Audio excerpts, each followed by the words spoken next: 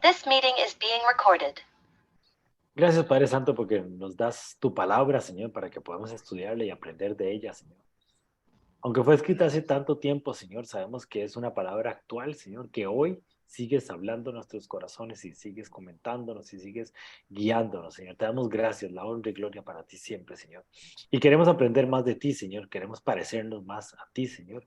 Queremos hacer lo que nos mandas y lo que nos pides, Padre Santo. Y por eso es que estudiamos tu palabra, Señor. Te pido que abras nuestro entendimiento, que abras nuestro corazón, que abras nuestro entender, Señor, y nos ayudes, Señor, a tener a profundidad lo que tienes para hoy, Señor, para nosotros, Señor. Cambia nuestros corazones, cambia nuestras vidas, Señor. Transfórmanos, Señor, a la estatura de Cristo, Señor, y llévanos siempre por el buen camino, Señor. Te ponemos esta reunión en tus manos, Señor, para que te manifiestes con gloria y poder en ella, Señor, y que nos guíes en todo momento. En nombre de Cristo Jesús te lo pedimos. Amén Amén. y amén. Bueno, vamos a terminar lo que es el libro de Hechos, ¿verdad? Para entender eh, y como para poner un marco teórico a las epístolas que vamos a leer más adelante, que son todas las cartas que se escriben en en el Nuevo Testamento. El Nuevo Testamento, la estructura del Nuevo Testamento es muy fácil porque son los evangelios, que como les digo, no son libros históricos, son libros, son los evangelios, que es y le cuenta la historia de Jesús. Después, el libro de Hechos, que es el único libro histórico del Antiguo Testamento, del Nuevo Testamento. Las epístolas, que son todas las cartas que escribieron los apóstoles a algunas iglesias. Entonces tenemos ahí que Romanos, que Corintios, que Tesalonicenses, que Timoteo, que Tito, que Pedro, que Juan, son todas esas cartas que se escribieron. Y después un libro de profecías, que es el de Apocalipsis. Entonces la estructura es muy cuadrada del Nuevo Testamento sobre lo que se participó en la Biblia. Entonces lo que vamos a ver hoy es una parte muy histórica, muy interesante, entendiendo la última parte de lo que vimos ahí en Hechos. Y el estudio se llama Cuando las cosas no tienen mucho sentido. A mí me encanta Sabina y hay una canción de Sabina que dice, y la vida siguió como siguen las cosas que no tienen mucho sentido. A veces la vida como que uno no le ve el sentido y cuando hace una recapitulación de su vida, se da cuenta que sí tenía sentido, que todo lo que pasó era por algo. Y vamos a estudiar un poco, como lo hace el antiguo, el libro de Hechos, perdón, estudiando la vida de Pablo.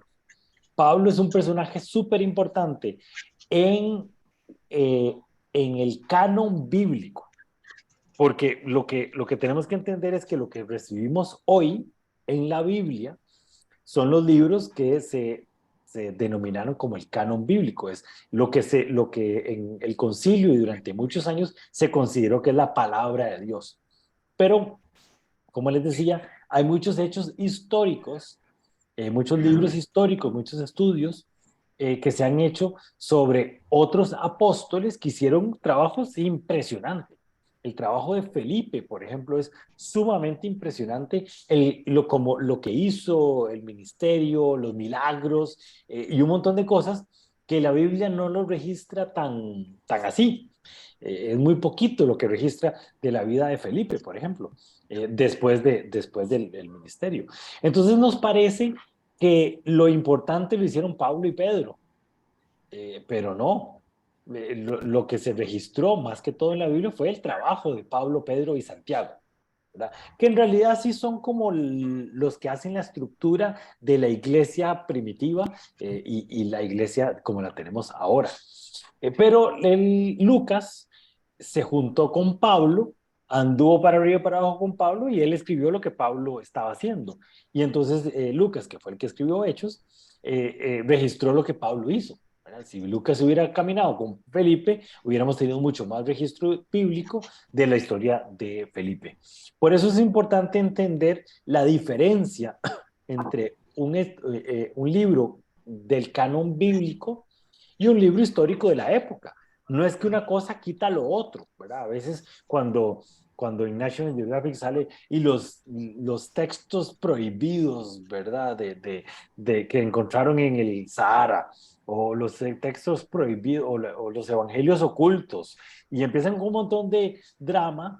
No, hay muchos libros históricos de la época que son verdad y cuentan la historia desde un punto de vista, ¿verdad? Porque todo escrito siempre es subjetivo, porque el autor de alguna manera deja impregnada su visión de mundo, pero eso no quiere decir que esos textos sean palabra de Dios.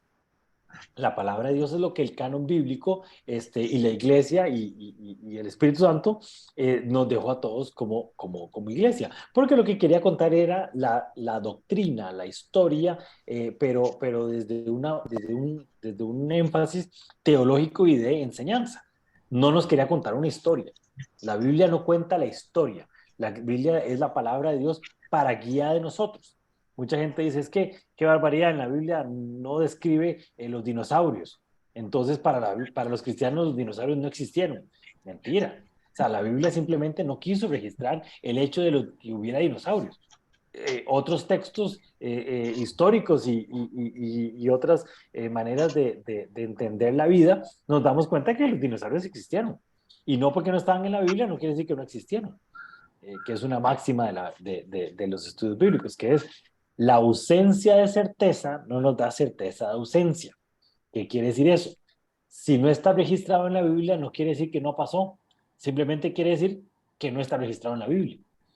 Pero, pero no podemos decir que un hecho pasó o no pasó si está o no está registrado en la Biblia, porque en ese caso el trabajo de Felipe fue muy pequeñito, pero otros textos históricos nos damos cuenta que el trabajo de Felipe fue enorme. El Evangelio y cómo él logró trabajar y extender el Evangelio hacia lo que tenemos en la iglesia de Occidente, de Oriente, perdón, no la iglesia o la iglesia ortodoxa. El trabajo de Felipe casi que fundó lo que hoy tenemos como iglesia ortodoxa. Pero bueno, me extendí un poquito en esta parte, pero vamos a estudiar un poco el apóstol Pablo porque estamos estudiando Hechos, ¿verdad? Y Pablo, Lucas acompaña a Pablo durante varios viajes que hizo Pablo y la importancia, no para ese momento histórico, porque eso sí es importante. El trabajo que hizo Felipe fue muy importante para llevar el Evangelio y para extender el Evangelio para esa época, o sea, para el primer siglo. Pero el trabajo de Pablo es importante porque es lo que nosotros como iglesia actual es lo que tenemos. Todos los escritos de Pablo es lo que nosotros como iglesia tenemos ahora para que es el registro histórico de lo que pasó en ese momento. Entonces, el trabajo de Pablo sí es muy importante para las naciones y para nosotros como iglesia actual, 20 siglos después, ¿verdad? Este, entonces es importante entender y comprender un poco lo del canon y cómo es que llegaron esos textos a lo que tenemos hoy como Biblia y lo que tenemos hoy como iglesia, iglesia actual. Pablo, un hombre diseñado por Dios. Definitivamente, y aquí empezamos a darle un poco más de lógica al título del estudio. Pablo fue una persona que tenía características muy específicas que lo hicieron, y son características que Dios escogió, que Pablo tuvo, que lo hicieron el evangelista que llegó a ser y el apóstol que llegó a ser, que ninguna otra persona pudo haber hecho tan bien como Pablo lo hizo. Entonces, a mí el personaje de Pablo me encanta. Es una persona intensa, ¿verdad? Intensa en lo que él cree, ¿verdad? Aunque esté bien o aunque está mal, ¿verdad? Él siempre fue una persona intensa. Entonces, cuando le estaba del lado de los fariseos y estaba enojado con esta nueva oleada de personas que estaban dando una doctrina extraña que yo no entendía y que Pablo creía como que era contraria a su doctrina, él no tuvo problema en empezar a matar cristianos. Y él era el primero y fuerte y intenso para eso. Y llegaba hasta el sumo sacerdote y le decía, mire, ocupe una carta para ir a matar a ese montón de cristianos a Damasco. Tenga su carta. Y se fue para Damasco a matar cristianos.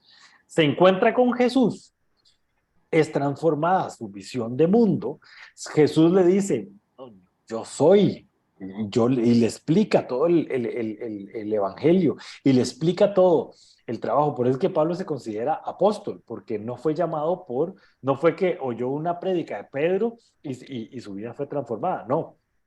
El mismo Jesús llegó y le dijo, mire, yo lo veo ser usted embajador de los gentiles. Pablo no entendía muchas cosas, se quedó ciego, después llegó una persona también con mucho carácter, porque ir a hablarle de Jesús a Pablo, que acababa hace una semana de matar a San Esteban, entonces no era cualquier persona. Pero entonces llega, le cambia la visión del mundo a Pablo. Pablo es transformado, pero sigue siendo intenso, sigue siendo rebelde, sigue siendo valiente, fiel a sus principios. ¿Por qué? Porque ese era lo que era Pablo por dentro. Entonces Dios metió en Pablo características específicas que lo hacían una persona sumamente intensa, después le da una doctrina correcta y ahora sí, hizo un personaje impresionante que llevó sus creencias hasta las últimas consecuencias y logró hacer un montón de cosas que ningún otro apóstol logró hacer. ¿Por qué? Porque era intenso. Y entonces se enfrentó a la iglesia judía de la época, al mero mero, y salió adelante con todo lo que él hacía. Una cosa muy interesante es que Pablo, bueno, primero que nada, era judío, ¿verdad? Pablo es judío.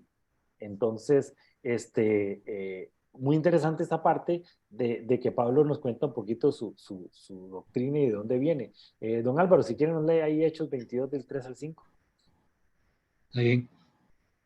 Entonces Pablo dijo, soy judío, nacido en Tarso, una ciudad de Cilicia, y fui criado, educado aquí en Jerusalén bajo el maestro Gamaliel.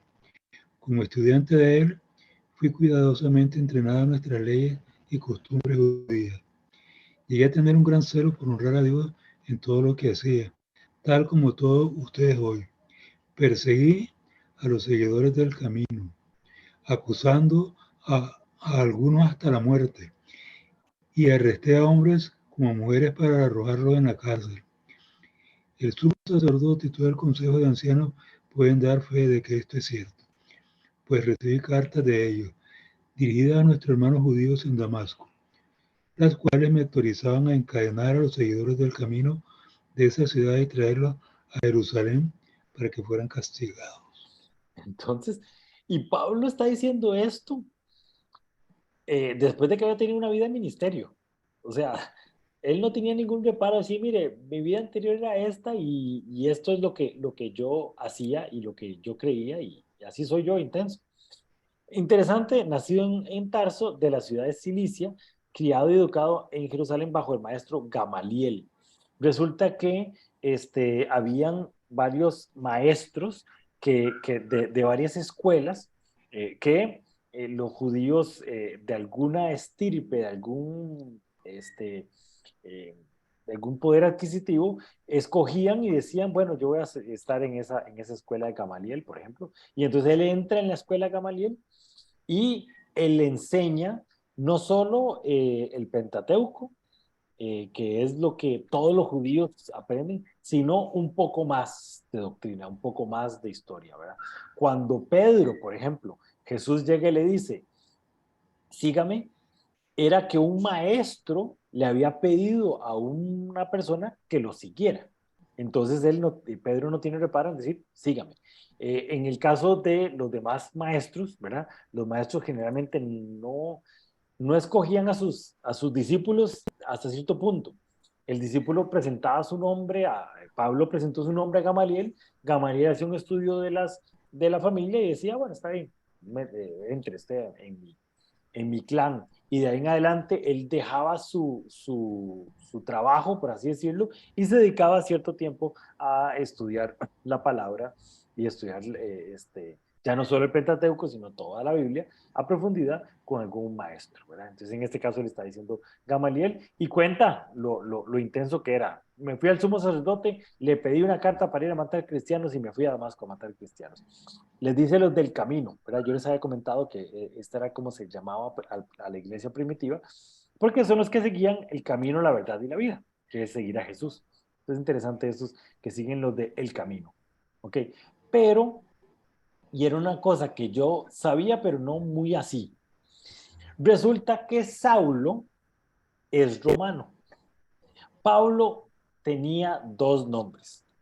Mucha gente comenta de que Saulo, cuando tiene un encuentro con Jesús, su nombre es transformado a Paulo. Bueno, en el libro de Hechos nunca dice, y ahora de ahora en adelante serás llamado Saulo. Por ejemplo, a Pedro sí. Pedro se llamaba Simón, pero Jesús, varas, le dice, ok, de ahora en adelante se va a llamar Pedro. Y es que yo creo que Jesús como que le gustaba poner apodos. Entonces era medio liguista. Como que a los liguistas les gusta poner apodos. Mi suegro me puso un apodo también a mí. Entonces Jesús le cambia el nombre a Pedro. Le cambia el nombre a Simón y le pone a Pedro. Con una idea de que iba a ser la piedra sobre la cual iba a ser edificada la iglesia. Saulo nunca le cambiaron el nombre. ¿Por qué? Resulta que Saulo tenía la particularidad que era romano.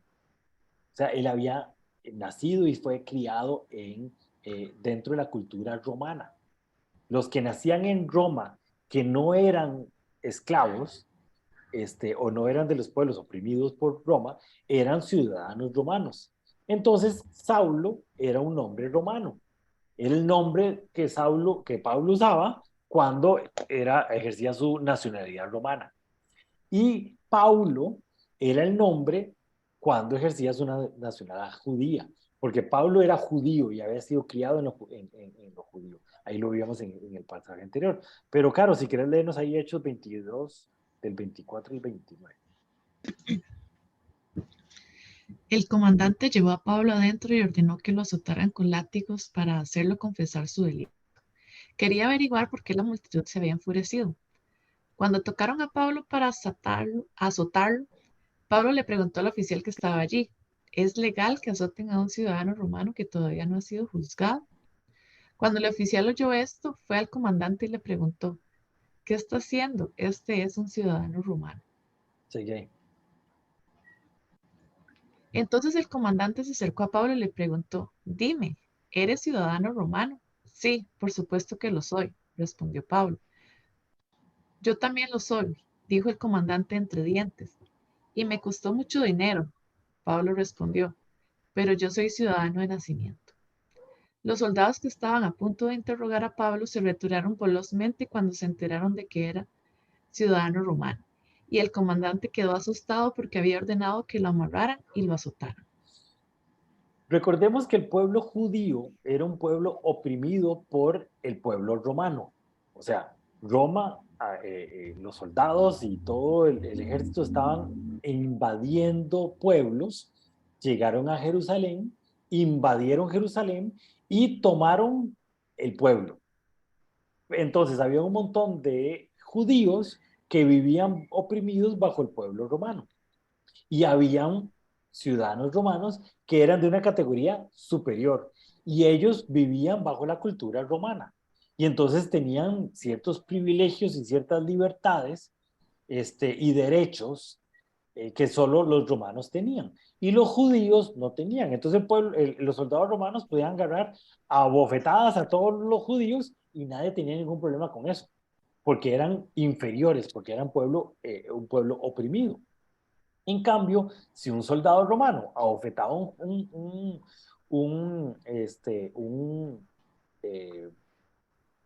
poblador de Roma, un ciudadano romano, había un problema.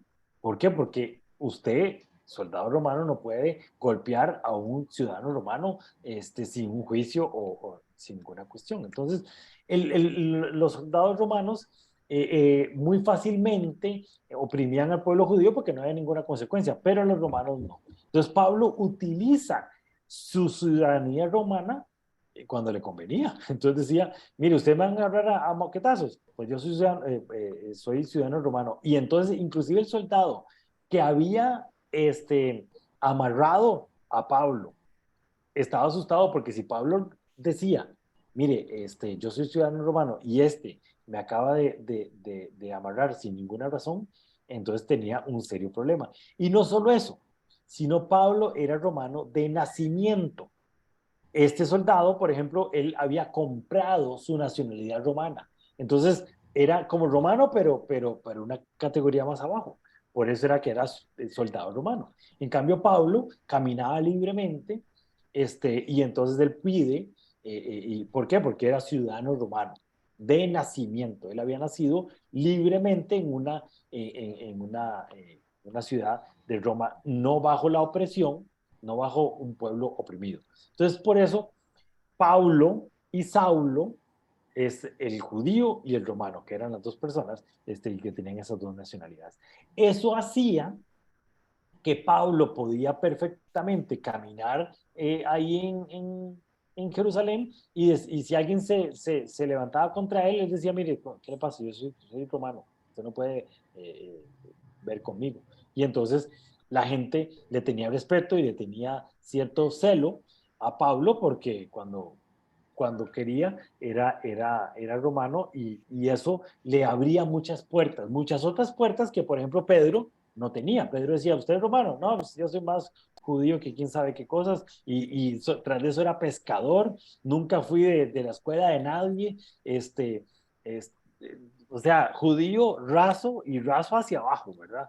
Entonces, Pedro no tenía la facilidad de política de caminar en tantos lugares como si la tenía Pablo en ese momento, ¿verdad? Y así con todos los demás apóstoles.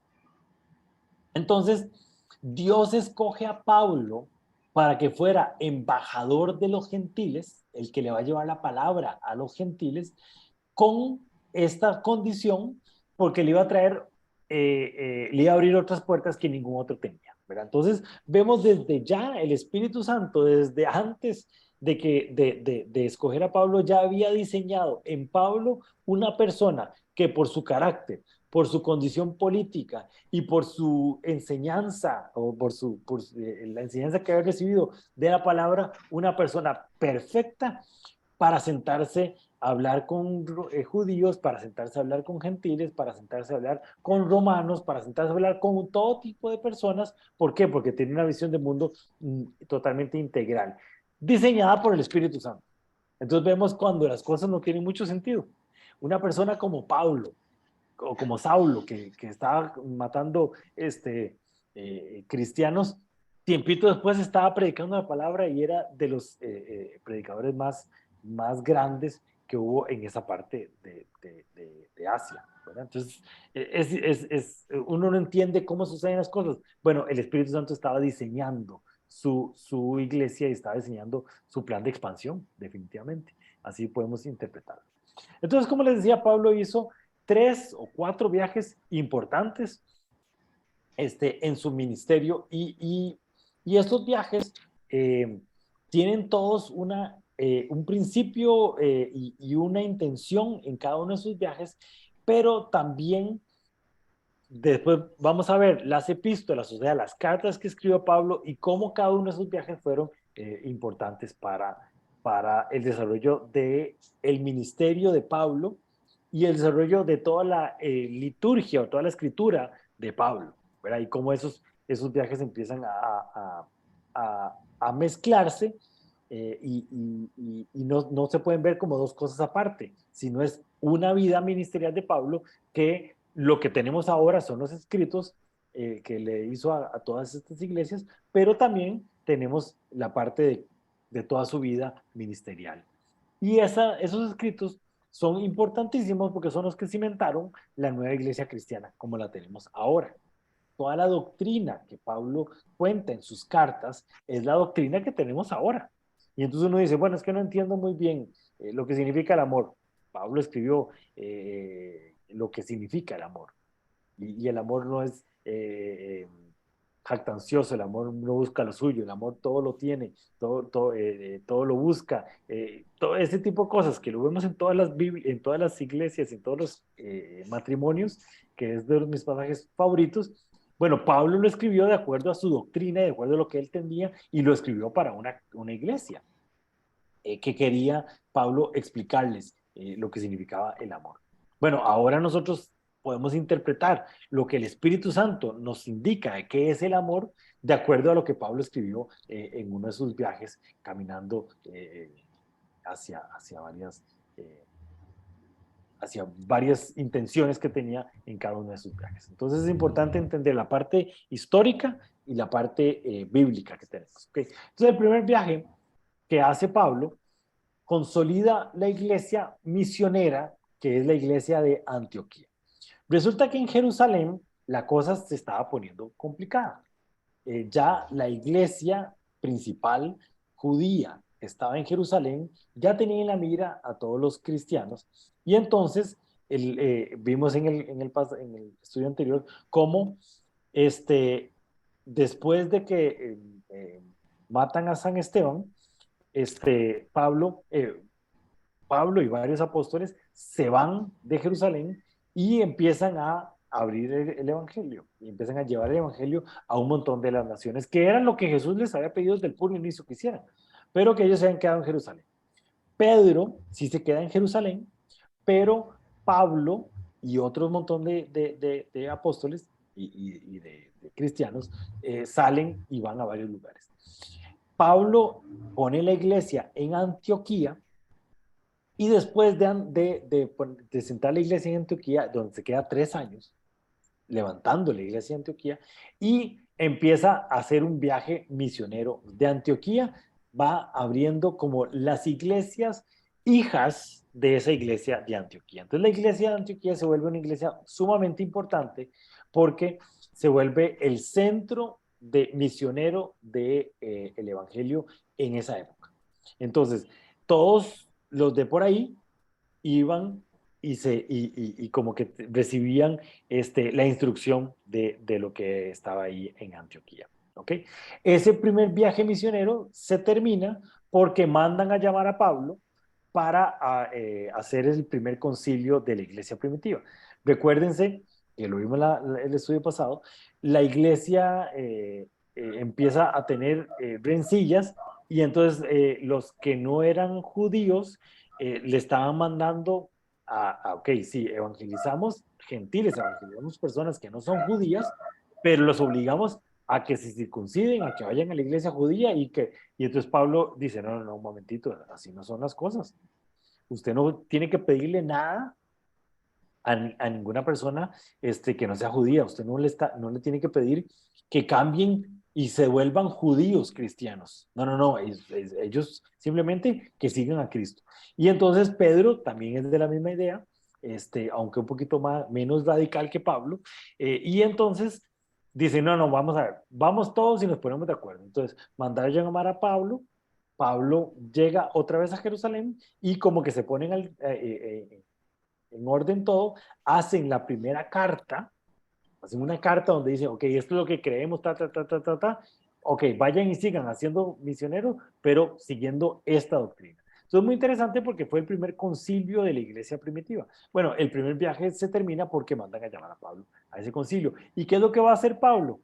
Pablo va a Jerusalén y cuenta el montón de cosas que hizo el Espíritu Santo mientras Pablo andaba en ese viaje por Antioquía con los gentiles, o sea, lo que hizo el Espíritu Santo con las personas que no eran judías. Porque mucha gente decía, no, el Espíritu Santo bautiza a las personas siempre y cuando ellas cumplan la ley judía. Y Pablo dice, pues no es lo que yo he visto. Yo hablo un montón de gente que nunca ha sido judía, que nunca se ha circuncidado, que nunca ha respetado el Shabbat, que le encanta comer chicharrones, igual el Espíritu Santo llega y los bautiza. Entonces, mentira que el Espíritu Santo va a bautizar solo a las personas que guardan la orden judía.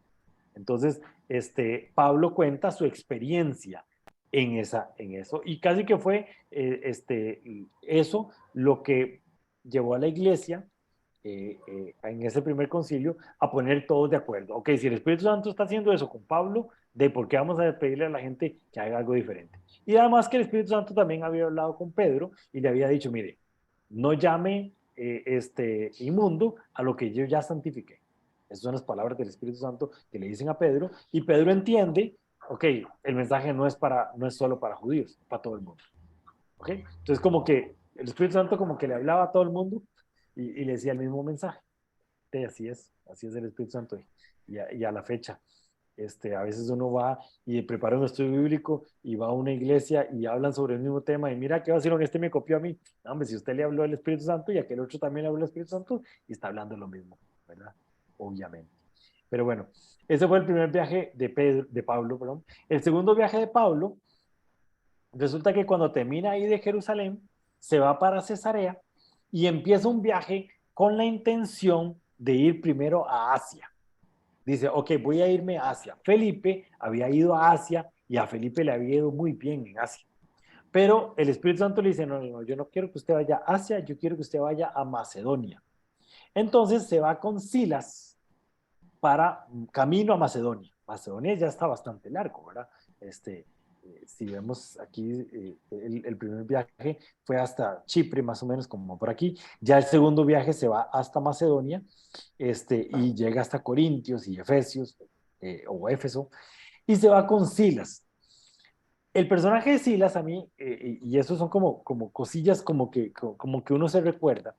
Resulta que con Silas lo que les pasa, no sé si lo recuerdan, eh, que los meten en la cárcel y el carcelero, yo me imagino un viejillo todo amargado.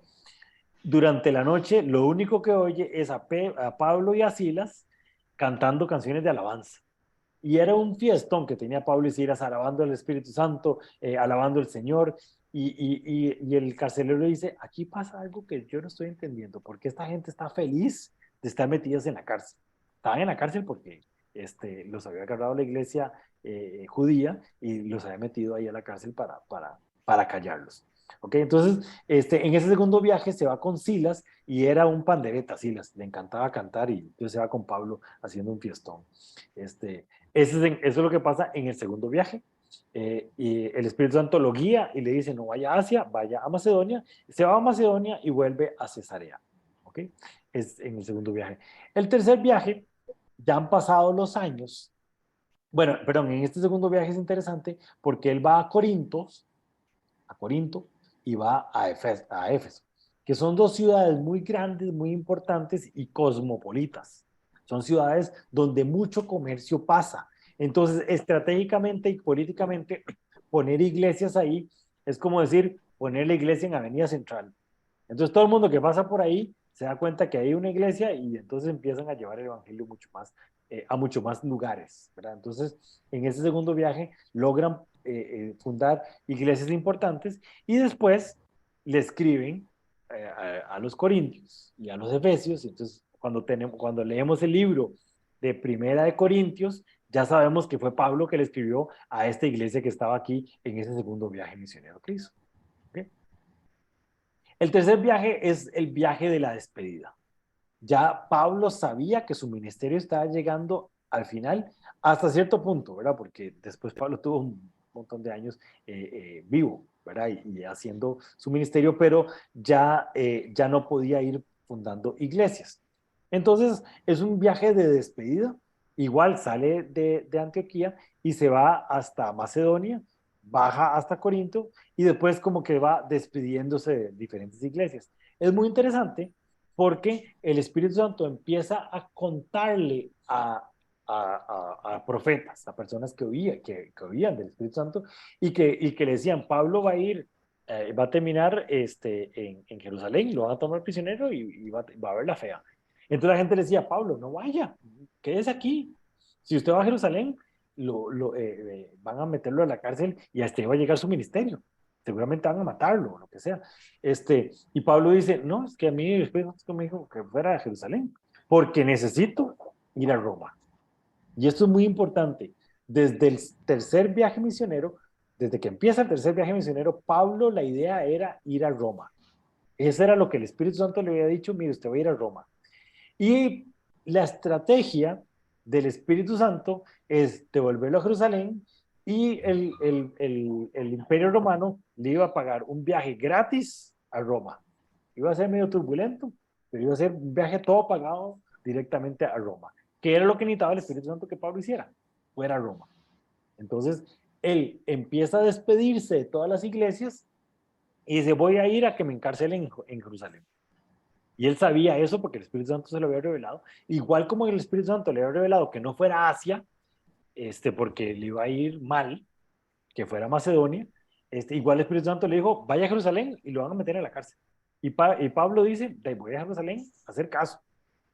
Vemos cómo las cosas que no tienen mucho sentido. Y cómo el Espíritu Santo empieza a pedirle cosas, a veces a Pablo para ayudarlo y que no fuera a Asia, pero a veces a decirle, mire, usted va a ver la fea en Jerusalén. Y Pablo sabía, y en varios profetas le dijeron que iba a ir a Jerusalén y que lo iba a meter a la cárcel. Y Pablo dijo, pues voy. Entonces, bueno, que se haga la voluntad de Dios entonces.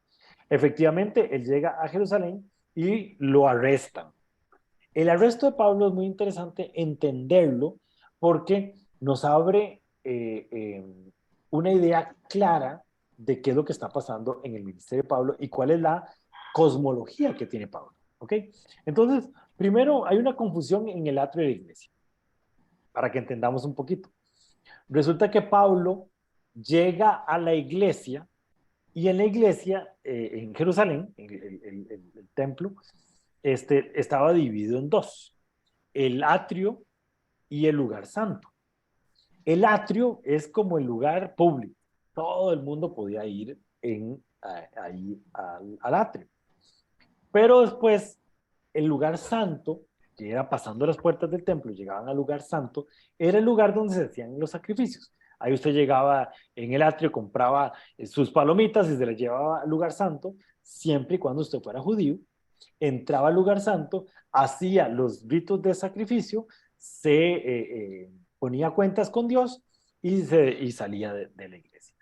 Resulta que el lugar santo había muchísima gente y había mucho movimiento y había personas, yo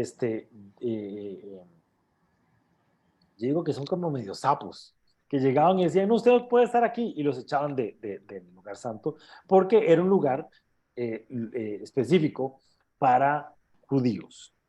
Parece ser que como Pablo andaba por todo lado, andaba con personas que no eran judías, sino eran gentiles, y nunca se despegaban de ellos. Entonces, se cree que una persona que vio a Pablo allá por Macedonia, y después lo vio en el lugar santo, dijo, o una de dos, o no es judío y no tiene nada que estar haciendo en el lugar santo, o metió a este personaje que andaba en Macedonia con él y lo metió al lugar santo. Entonces lo encarcelan a Pablo por meter a una persona que no fuera judía en el lugar santo. Y mentira, Pablo andaba solo. Pablo no tenía nada que ver en el asunto.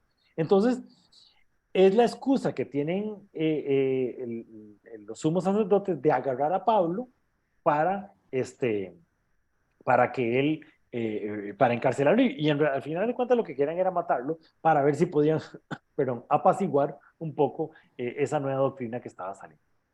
Pablo llega donde el sumo sacerdote y tiene un juicio. Y resulta que Pablo, y aquí es donde se da uno cuenta que Pablo es un pipaco, una chispa que tiene Pablo para, para explicar la palabra de Dios y para estratégicamente hablar sobre temas diferentes. Resulta que en la iglesia de esa época había dos grandes grupos judíos en ese momento, los saduceos y los fariseos. Y doctrinalmente tenían rencillas. Como decir, los de la iglesia bautista y los de la iglesia católica, que tienen ciertas diferencias en algunas cosas, aunque tienen la misma palabra de Dios. Entonces, Pablo utiliza un argumento que es netamente cristiano para enfrentar a los saduceos y los fariseos. Y esto lo podemos ver ahí en Hechos 23, del 6 al 10. Teito, no sé si estás por ahí. La veo. Estás muteada. Aquí estoy. ¿Me oyen? Sí, ahora sí. ¿Me oyen bien? Ok. Sí. Ajá. Hechos 23 del 6 al 10. Pablo se dio cuenta de que algunos miembros del Concilio Supremo eran saduceos y que otros eran fariseos. Por lo tanto, gritó: hermanos, yo soy fariseo. al igual que mis antepasados, y estoy en juicio porque mi esperanza está en la resurrección de los muertos. Esto dividió al concilio, puso a los fariseos contra los saduceos, porque los saduceos dicen que no hay resurrección, ni ángeles ni espíritus, pero los fariseos sí creen en todo esto. Así que hubo un gran alboroto. Entonces Pablo, muy estratégicamente, habla de un tema, y aquí es donde uno se da cuenta y empieza uno a aprender la manera de evangelizar de Pablo. Ok, Pablo tenía una doctrina totalmente diferente. Pablo lo que estaba diciendo es, el Mesías vino, murió y resucitó. Y nosotros resucitamos por medio del sacrificio de Jesús. Ese es netamente el evangelio. Las buenas noticias es que usted iba a morirse y iba a desaparecer y ahora usted va a resucitar a la vida eterna. ¿Okay? Entonces Pablo usa este argumento de la resurrección de los muertos para enfrentar a estos dos grupos. Pablo era fariseo, ¿verdad? Lo vimos anteriormente, de la escuela de Gamaliel. Gamaliel tenía una escuela que estaba metida dentro de los fariseos y los fariseos creían en la resurrección. Vemos también cómo toda la doctrina que Pablo había aprendido con Gamaliel le ayudó para entender la resurrección de los muertos, el sacrificio de Cristo en la cruz y para entender nuestra vida eterna. Entonces, igual vemos como el Espíritu Santo va pincelando, va guiando, va dirigiendo, va diseñando la vida de Pablo para que nosotros tengamos la doctrina cristiana en este momento, ¿verdad? Pero entonces Pablo, muy estratégicamente, dice, la idea es aquí causar un alboroto. Yo estoy aquí porque creyeron que había metido a un no judío en el lugar santo. Y no hay ninguna cuestión que vaya a atenderme aquí, pero estos me quieren matar. Entonces, esos argumentos no van a servir para nada. Va a ser la palabra mía contra los de los otros. Entonces hagamos una cosa, hagamos un alboroto. Y entonces empezó a hablar de la resurrección y entonces los fariseos se pusieron del lado de Pablo y dijeron, no, pero si usted cree en la resurrección y ustedes están guardándolo por la resurrección, no, es que la resurrección no existe y empezaron ese despelote ahí. Entonces Pablo no logra ser enjuiciado por un juicio de los sacerdotes del Concilio Supremo dentro de la iglesia judía, que él sabía que si era juzgado por ahí, era mi palabra contra la del otro, y ya se sabía que compraban fácilmente a los testigos, y entonces alguien va a decir, sí, Pablo metió a una persona, y sí, 3 testigos más, va para el bote, y entonces pueden matar a Pablo. Y Pablo no quería eso. Entonces, con esta estrategia logra Pablo que no lo enjuicien, y hay un complot para matar a Pablo. Resulta que el primo se da cuenta que quieren matar a Pablo, le cuenta a Pablo y le cuentan al sumo sacerdote que la idea principal era matar a Pablo, y esto es lo único que quería hacer el concilio. La idea era ver cómo hacemos para agarrar a Pablo y lo matamos.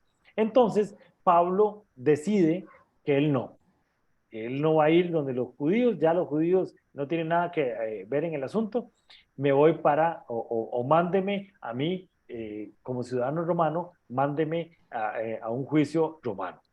Y entonces lo mandan de Jerusalén a Cesarea. Cesarea, donde va Pablo a Cesarea, es a un juicio romano, como ciudadano romano. Resulta que se lo encuentran allá los judíos, llegan y lo mantienen durante 2 años sin juicio. O sea, durante 2 años Pablo está en la cárcel por nada. Y el embajador romano que está ahí en Cesarea, lo que quiere es que Pablo le eche un poquillo de plata y lo deja libre. Y Pablo dice, esa no es mi idea. Mi idea yo no es que quiera ser libre, yo tengo que ir a Roma y voy camino a Roma. aunque en este momento estoy en la cárcel. Entonces, durante 2 años estuvo ahí, ni lo enjuiciaban, ni lo dejaban libre, pero empieza a tener Pablo un montón de libertades como ciudadano romano en medio de un juicio totalmente ilegal, porque nadie puede tener 2 años a una persona sin enjuiciarlo. Entonces empieza a tener un montón de libertades. ¿Qué es lo que pasó? Pablo se quitó encima a los judíos que quieren matarlo, porque él estaba este, eh, custodiado por los romanos. Entonces ninguno podía llegar a apedrear a Pablo o a matarlo. Pero si llegaban los amigos, si llegaban a visitarlo, él agarraba y escribía cartas y empezamos a ver todo el tiempo que Pablo necesitaba sentarse, tener un espacio así como para meditar y para escribir cartas, para escribir todo el montón de cartas que tenía que escribir. Y entonces escribía cartas y decía, Timoteo, lléveme esta carta allá a Corintios, a Corinto. Lléveme esta carta a Éfeso. Y entonces, y se iban, y entonces iban las cartas y después venían, y entonces Pablo tiene en Cesarea, primeramente, un espacio grande para poder escribir sus cartas. Tiene un espacio, mucho tiempo libre para poder adoctrinar a las iglesias remotamente. Y el Espíritu Santo utiliza eso para que ahora tengamos nosotros esas cartas, esas epístolas que son las que forman el Nuevo Testamento. Ale, ¿cómo estás? No sé si estás por ahí, Ale. Hola, hola, sí, aquí Hola. estoy. Vete ahí, 24-27. Okay. Pasaron 2 años así y Félix fue sucedido por Porcio Festo. Y como Félix quería ganarse la aceptación del pueblo judío, dejó a Pablo en prisión. Entonces, después de que Félix y Porcio Festo, eh, lo mantuvieran ahí, queriendo queriendo recibir la aceptación del pueblo judío, pero dándole la protección a Pablo, ya nadie lo podía matar, y dándole el tiempo que el Espíritu Santo necesitaba para que Pablo bajara las revoluciones, se quedara quieto en algún lugar y se pudiera escribir, que era lo que el Espíritu Santo necesitaba de Pablo. Entonces vemos cómo las cosas que parece que no tienen mucho sentido empiezan a tener sentido. Después Pablo dice, no, aquí no me gusta la cosa, yo quiero que me lleven a un juicio romano y a Roma. Y entonces Félix dice, necesito, si este me hubiera dicho, déjeme libre, lo dejo libre. Pero Pablo sabía, y el Espíritu Santo le había dicho, yo necesito que usted vaya a Roma. Y entonces Pablo estratégicamente dice, yo quiero a un juicio romano. Y entonces, todo pago por la policía romana, le mandan a Pablo a un viaje a Roma. Si empezamos a ver el mapa, nos damos cuenta que es un viaje largo. ¿Qué me queda por ahí? Kenita, si quieres leernos ahí Hechos 25 del 10 al 11.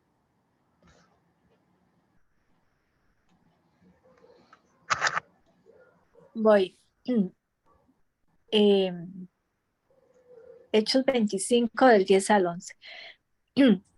Pero Pablo contestó, no, esta es la corte oficial romana, por lo tanto debe ser juzgado aquí mismo. Usted sabe muy bien que yo no soy culpable de hacer daño a los judíos. Si he hecho algo digno de muerte, no me niego a morir. Pero si soy inocente, nadie tiene el derecho a entregarme a estos hombres para que me maten, apeló al César. Apelo al César. Entonces él dice, ok, no, voy para donde el César y le dice, lléveme a Roma. ¿Ok? Pablo tenía clarísimo que él necesitaba ir a Roma. De hecho, desde Hechos 21, Pablo sabía, desde el principio de su ministerio, él sabía que él iba para Roma. ¿Ok? Don Álvaro, si quieren leer ahí Hechos 21, del 10 al 22, del 10 al 12. El día del 12, sí. Okay.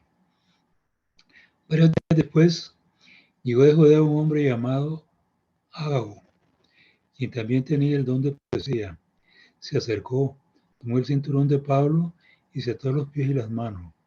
Luego dijo: el Espíritu Santo declara, de esta forma será atado el dueño de este cinturón por los líderes judíos en Jerusalén y entregado a los gentiles. Cuando lo oímos, tanto nosotros como los creyentes del lugar le suplicamos a Pablo que no fuera a Jerusalén. Pablo sabía que iba para Roma y él entendía que el Espíritu Santo le había dado una misión y que él simplemente tenía que hacer estratégicamente para que ese viaje a Roma, a Jerusalén, fuera el que lo llevara para Roma. Igual nosotros cuando recibimos una promesa de parte de Dios, aunque las cosas no tienen mucho sentido y empiezan a pasar cosas que no deberían de pasar, nosotros tenemos que entender que el Espíritu Santo está dirigiendo todo lo que está pasando y entender cuál es la estrategia del Espíritu Santo.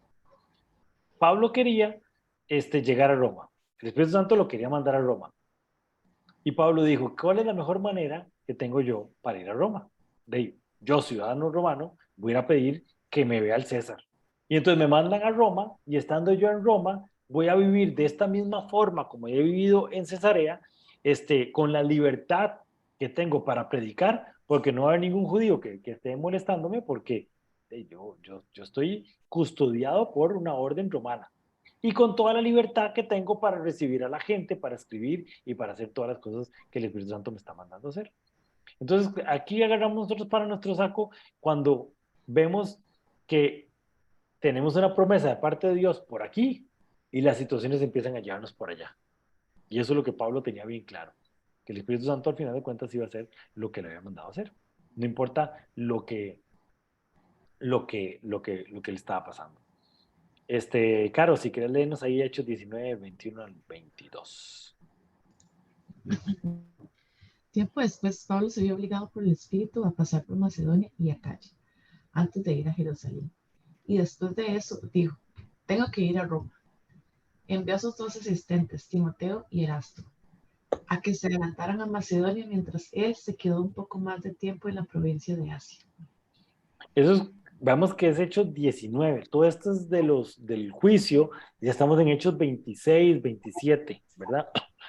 Entonces, desde el segundo viaje, ya Pablo sabía que tenía que ir a Roma. Ya el Espíritu Santo le había dicho, vaya usted a Roma. Usted va a ir y va a terminar su ministerio predicando en Roma. Entonces, después de eso, aunque el viaje era todo pagado por la orden romana, es un viaje tormentoso. Y llega al centro de la cultura romana, llega al lugar más importante de la civilización en ese momento. ¿Ok?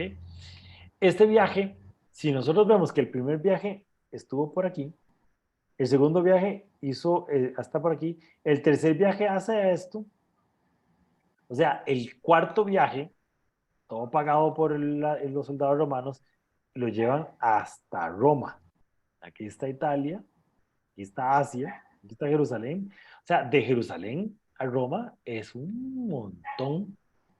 Y el viaje duró bastante porque tras de eso, aquí tuvieron un naufragio, aquí tuvieron como 3 naufragios, llegaron acá, se quedaron un gran rato y hasta que llegan al final a Roma. Entonces, ese cuarto viaje es un cuarto viaje bien tormentoso. Él está preso. Y les pongo así como comillas preso, porque él lo dejaron viajar con todos sus amigos. A cada rato lo recibían y lo visitaban amigos y él podía atenderlos y llevarlo. Su vida estaba pagada por la orden romana, entonces él no tenía que preocuparse por trabajar. Él estaba cautivo, camino hacia Roma, pero con toda o sea, su parte económica estaba resuelta, su protección estaba lista y lo único que tenía que hacer es escribir y ministrar. Inclusive llega a Siracusa y ahí ese pasaje me pareció lindísimo, que llega y se dan cuenta que hay unas personas que estaban medias enfermas ahí mismo la sana, se queda como un montón de días ahí predicando y llevando el evangelio. O sea, él no estaba preso, simplemente el Espíritu Santo estaba protegiéndolo y él lo había metido dentro de la orden romana para ser llevado a Roma. Entonces, el Espíritu Santo tiene control, todo el control sobre lo que le estaba pasando. Teito, si quieres leernos ahí Hechos 28 del 30 al 31. Voy. Hechos 28 del 30 al 31. Durante los 2 años siguientes, Pablo vivió en Roma, pagando sus gastos él mismo. Recibía a todos los que lo visitaban y proclamaba con valentía el reino de Dios y enseñaba acerca del Señor Jesucristo. Y nadie intentó detenerlo. Entonces, eso ya es el final de Hechos y ahí termina la narración de Hechos y vemos cómo el Espíritu Santo protege a Pablo, lo lleva hasta Roma, que es bastante largo, y lo protege y lo deja enseñar un montón de la doctrina de lo que tenemos hoy como palabra, como Biblia. Vemos aquí la vida ministerial de Pablo, ¿ok? Empieza en Damasco en el año 35 después de Cristo, del 35 al 38. Recordemos que Jesús muere en el año 33. 2 años después, la iglesia había crecido. Pablo, del 35 al 38, es que conoce a Jesús y después empieza en el año 44 su primer viaje. O sea, 10 años después, digamos. 10 años después empieza su primer viaje. Durante esos 10 años, Pablo está en Damasco creciendo y conociendo la palabra. El segundo viaje es en el año 50 al 53, el tercer viaje en el 54 y 58.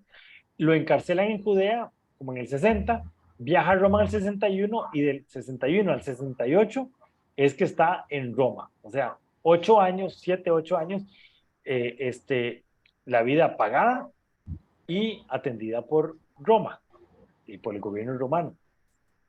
El ministerio de Pablo dura 30 años. Si nos damos cuenta que Jesús estuvo 3 años en su vida ministerial, ¿verdad? De los 30 a los 33, Pablo estuvo 30 años en su vida ministerial. O sea, es impresionante el ministerio de Pablo. Y aquí tenemos... Uy, ¿qué pasó? Ok. Las cartas paulinas son todas las epístolas que escribió Pablo. De los 27 libros del Antiguo Testamento, 13.5 libros fueron escritos por Pablo. Les pongo 13.5 porque el libro de Hebreos, que es la última que está entre las cartas paulinas, se cree que no fue escrito por Pablo. Es la doctrina de Pablo, pero parece que lo escribió otra persona. Entonces, 13.5. Entonces yo dije, bueno, pongamos que Hebreos le escribió la mitad a Pablo. Y la otra mitad no se sabe quién lo escribió. 13.5 es exactamente la mitad de 27. O sea, el 50% del nuevo pacto, el 50% del Nuevo Testamento, perdón, ahí no es Antiguo Testamento, ahí es Nuevo Testamento, está escrito por Pablo. Es impresionante la cantidad de escritos que Pablo hace. Y es impresionante que esas 13, 14 cartas pues nos lleguen hasta este momento y es la base o la mitad de la base de lo que tenemos nosotros como doctrina cristiana. Entonces, vemos lo importante que se vuelve Pablo para la iglesia de la humanidad, para la iglesia de ahora.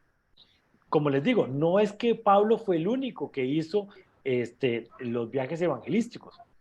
Felipe, Timoteo y otro montón hicieron otro montón de viajes importantes. Santiago, por ejemplo, también hizo puso las bases de la iglesia central cristiana, pero Pablo, con esas 13 cartas, es importantísimo para nuestra vida en este momento. Si Pablo no hubiera escrito esas 13 cartas, hubiéramos estado con la mitad del Antiguo Testamento y tendríamos la mitad de doctrina que hoy tenemos, ¿verdad? Entonces vemos la riqueza de lo que Pablo escribió. Y si nos ponemos a ver ¿cuándo fueron escritos cada una de esas cartas? La epístola de Pablo, la primera carta a los tesalonicenses y la segunda fue en el segundo viaje, y la carta a los Gálatas. En el primer viaje, él monta en las iglesias de Tesalónica y en Galicia, y después en el segundo viaje, cuando va de camino, escribe esas dos cartas. Tres cartas, dos a los tesalonicenses y una a los Gálatas. En el tercer viaje escribe Corintios y Romanos, que son de los libros más gruesos que tenemos en el Nuevo Testamento, pero vemos que desde esas 13 cartas, 6 las escribe en el primer y segundo viaje, y 6 las escribe en esos últimos 8 años de su vida. Entonces, en 8 años escribe 6 cartas: Efesios, Filipenses, Colosenses, Filemón, Hebreos, 1 Timoteo, Tito y 2 Timoteo. Esas son las cartas que nosotros tenemos en este momento, del 60 al 67. Él escribe esas cartas. Entonces vemos que la idea de tener a Pablo encarcelado en Roma es una estrategia específica del Espíritu Santo para que Pablo escribiera. ¿Por qué? Porque él no podía ir a Filipo, no podía ir a Éfeso, no podía hablar directamente con Timoteo, tenía que escribirle. Y le escribe, ellos reciben sus cartas, pero nosotros también recibimos las cartas que Pablo escribió en el año 61 después de Cristo.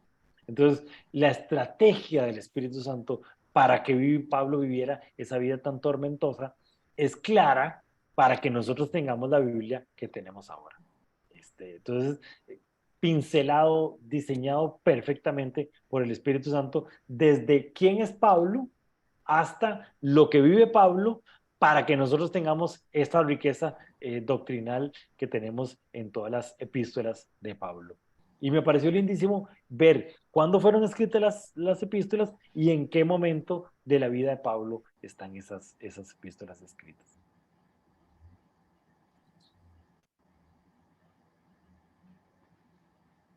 Entonces, las epístolas, para que entendamos un poco las cartas paulinas, fueron escritas a iglesia como respuesta a algunas situaciones específicas que estaban pasando. Entonces, por ejemplo, Timoteo llegaba donde Pablo y le decía: vieras qué torta, ahí en Corinto tenemos un problema de que hay un montón de viejillas que están llevando una doctrina rarísima. Entonces Pablo decía: bueno, voy a escribirle a Corinto, a la iglesia de Corinto. Entonces, primera carta a los Corintios.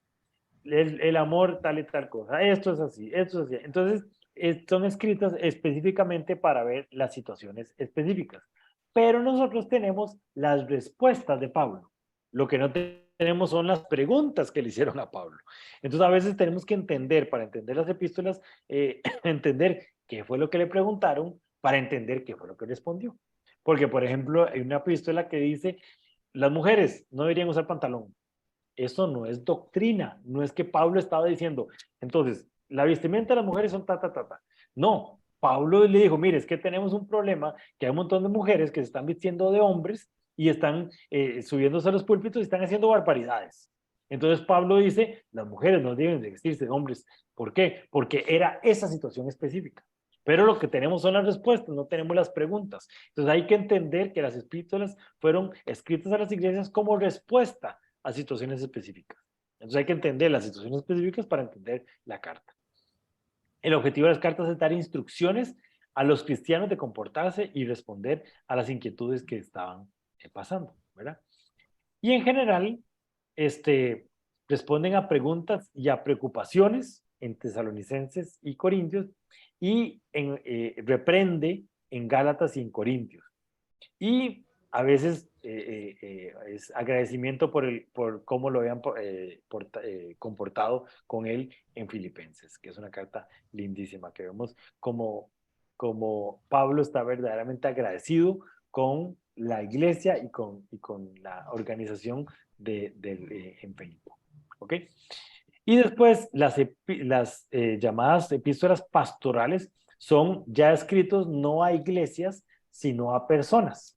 Entonces tenemos ahí 1 y 2 Timoteo, Tito, y también otras a las organizaciones internas y que hablan más que todo sobre la estructura de la iglesia, cómo hay que ordenarla, qué es lo que hay que hacer, qué es lo que hay que dejar de hacer, qué es lo que sería bueno no permitir y qué sería bueno permitir dentro de la organización de la iglesia.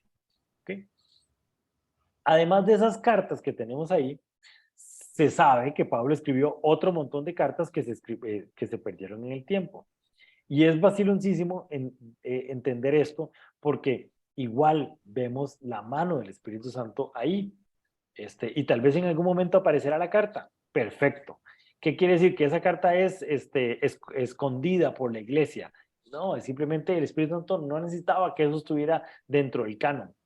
No es palabra de Dios porque no está metido dentro del canon. Simplemente fue un escrito que Pablo escribió, ¿verdad? Y eso, para entender también qué son los libros apócrifos que también están en la Biblia, ¿ok? Entonces, por ejemplo, aquí en 1 Corintios dice, 1 Corintios, que es la primera carta que tenemos registrada de Pablo a la iglesia de Corinto, dice, cuando les escribí anteriormente, les dije que no se relacionaran con personas que se entregan al pecado sexual. ¿Qué quiere decir? Que había una carta 0 de la carta de Corintios.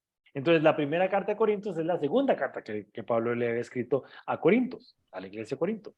Entonces, no quiere decir que lo que tenemos aquí en la Biblia es lo único que Pablo le escribió, sino tenemos otras cosas. Y esta otra está buenísima. En Colosenses, yo no había visto esta. Dice, una vez que hayan leído esta carta de Colosenses, que Pablo le escribió a la iglesia de Colosos, o no sé cómo se llama el lugar, pásensela a la iglesia de la Odisea, para que ellos también puedan leerla. Y ustedes deberían leer la carta que les escribí a ellos, pero no la tenemos. No tenemos carta de epístola de Pablo a la Odisea o a los laodicenses. Entonces, nos quedamos sin la carta de la Odisea, solo tenemos la carta de Colosenses. Me pareció lindísimo. Agarren esa carta y llévensela. Y pasen usted una y ustedes se devuelven la otra. Pero no tenemos la otra, no, solo tenemos la de los Colosenses. ¿Ok? Es interesante, y eso les estaba diciendo anteriormente, la corriente judeocristiana. ¿Qué quiere decir? Vamos a ver. Pedro, Pablo y Santiago son judíos que conocieron a Cristo y agarraron toda la enseñanza judía, que es el marco teórico de lo que Jesús hizo, y de ahí se fundó la iglesia cristiana o judeocristiana, basándonos en toda la enseñanza judía de lo que es el Mesías para entender el cristianismo en este momento, el cristianismo moderno. Pero había otra corriente que no era judío-cristiana dentro de esa iglesia, de la iglesia primitiva, que era durísimo contra Pablo y que criticaba mucho el trabajo que Pablo hacía. Inclusive Pedro tampoco como que se lleva muy bien con Pablo y como que lo critica. Hay unos especialistas, hay uno que se llama Burkham, que interpretan la segunda carta de Pedro, que es la que vamos a empezar a ver, como un escrito que no fue escrito directamente por Pedro. Parece que esa carta, la segunda, fue escrita en el año 100 o 150. Y no, Pedro no vivió tantos años, ¿verdad? Entonces parece que Pedro no escribió esa carta. Como que es un seguidor de Pedro que escribe esa carta. Y aunque habla a Pablo con mucho cariño, como que lo critica de alguna manera. Ahí en segunda de Pedro podemos ver, vamos a ver quién, Teito, si querés léenos ahí segunda de Pedro.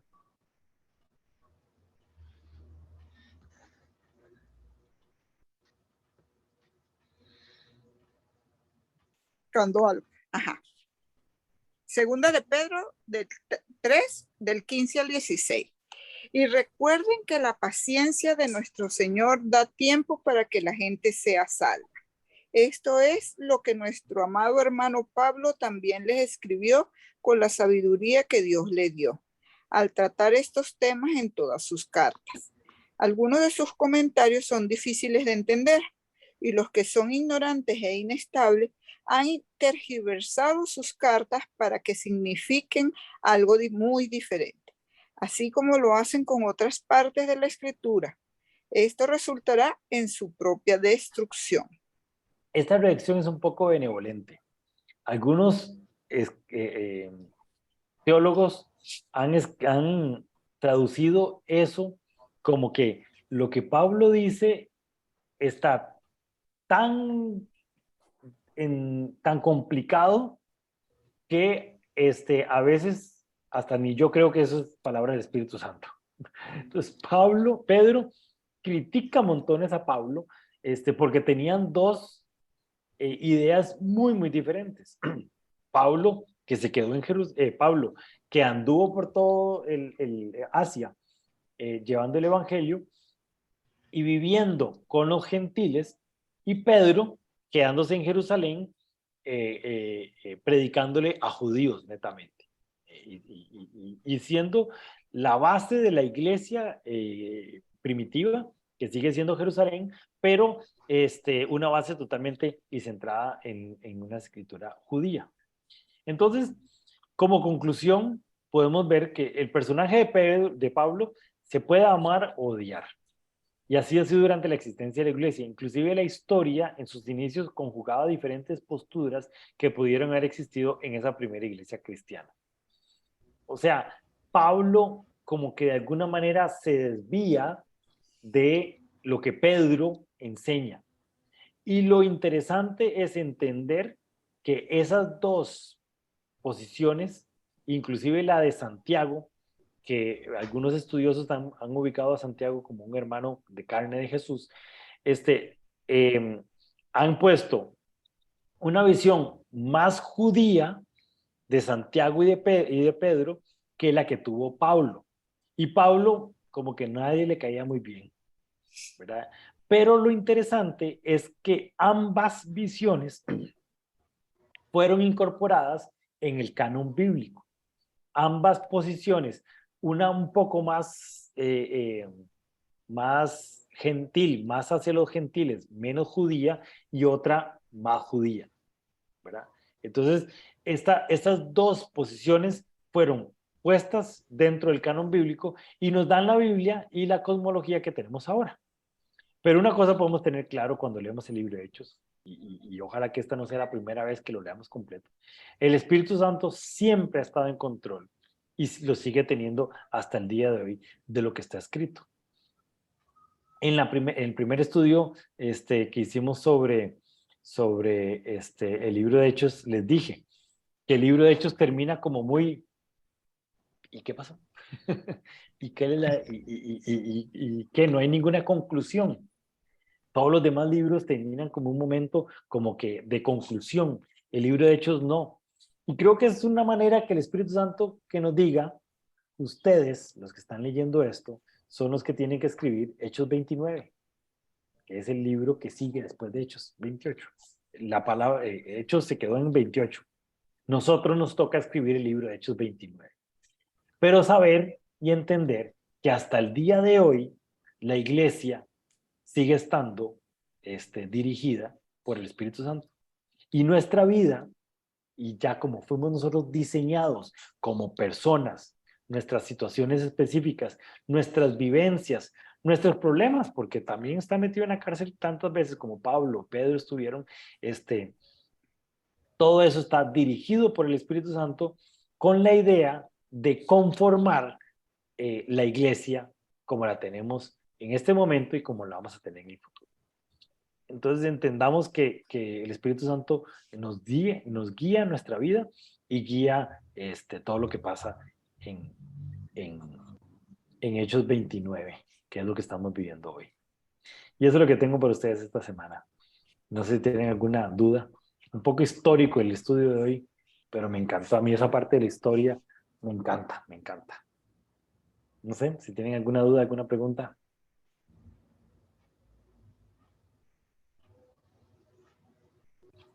Vamos a empezar a leer Pedro. Pedro es del lado más judío, ¿verdad? Y aunque el Espíritu Santo, como les dije, le dice a Pedro, no llames inmundo lo que yo ya santifiqué, Pedro sigue siendo muy judío, ¿verdad? Entonces vamos a ver una doctrina un poco más hacia la parte judía de lo que hemos leído de Pablo, y cuando leamos las epístolas de Pablo vamos a leer un poco más vivencial. Lo que pasa es que yo pienso que Pablo era más estudiado también que Pedro. Pedro tenía muchísima fe porque él tenía fe y él creía en Jesucristo, ¿verdad? En todo lo que él enseñó, pero Pablo tenía como más base, vamos a decir. Había estudiado todo, ¿verdad? Lo que es el Antiguo Testamento, lo que nosotros tenemos ahora como Antiguo Testamento. Ajá, exacto, sí. Pero Pedro vivió más lo de... oyó a Jesús decir, en su evangelio, ¿verdad? Y estuvo con él 3 años. ¿Verdad? Sí. Una de las cosas que yo estaba pensando, que todos los milagros de sanidad que vivieron los apóstoles fueron impresionantes, pero ningún apóstol, o por lo menos no está registrado en la palabra, ningún apóstol, ¿cómo se llama? Produjo comida, como lo hizo los panes y los peces, ¿cómo se llama? Ajá, exacto. Sí. La multiplicación. La multiplicación de panes. Gracias. Ajá. Sí, ningún otro apóstol multiplicó comida. Eso solo o convertir el agua en vino. Exacto. Esos son pequeñeces que hizo Jesús nada más. No sé, habrá que ver si algún apóstol también hizo eso. Tal vez puede ser que sí, no lo registró en la Biblia. Pero sí, esas nimiñeces solo Jesús las hizo. Resucitar muertos, sanar enfermos, eso lo hicieron los apóstoles, pero solo Jesús multiplicó la comida. Me llamó la atención ese dato. Listo.